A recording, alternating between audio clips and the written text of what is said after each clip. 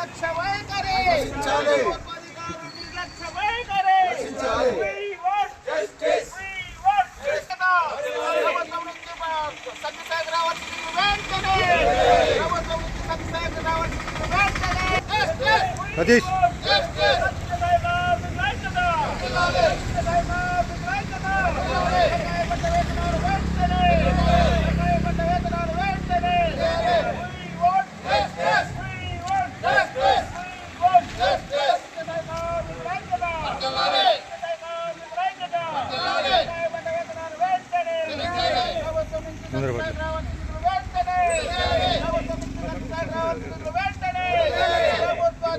నిర్లక్ష్య వైఖరి ప్రభుత్వాధికారులు నిర్లక్ష్య వైఖరి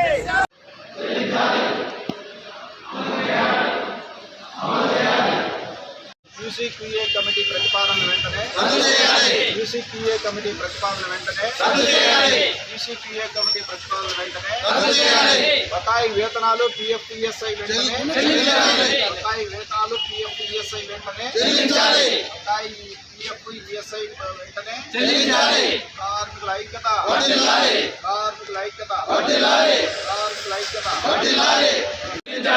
నెలల వేతనాలు కార్మికుల ఐక్యత.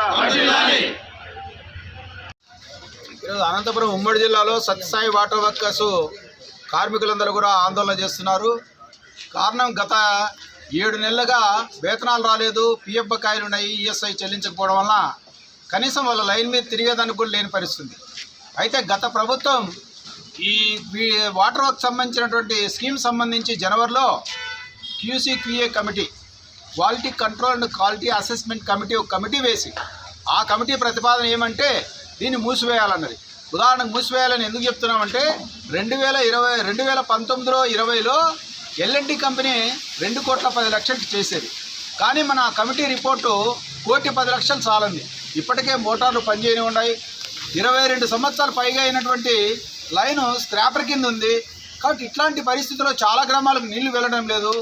ఏదైతే ఆనాడు శ్రీ సత్యసాయి బాబా గారు ఇక్కడ గ్రామాలకు దాహత్య తీర్చడానికి ఏదైతే లక్ష్యంతో ఏర్పాటు చేశారో దానికి ఈరోజు మూసివేసేటువంటి పరిస్థితి వచ్చింది. అందుకనే సత్యసాయి బాబా వాటర్ సప్లై స్కీమ్ను కాపాడుకోవాల్సిన అవసరం ఉంది. అందుకనే ప్రభుత్వం కూడా ఇప్పటికే స్పందించింది. ముఖ్యమంత్రి గారు కూడా మన కలెక్టర్ సమావేశంలో స్పందించారు.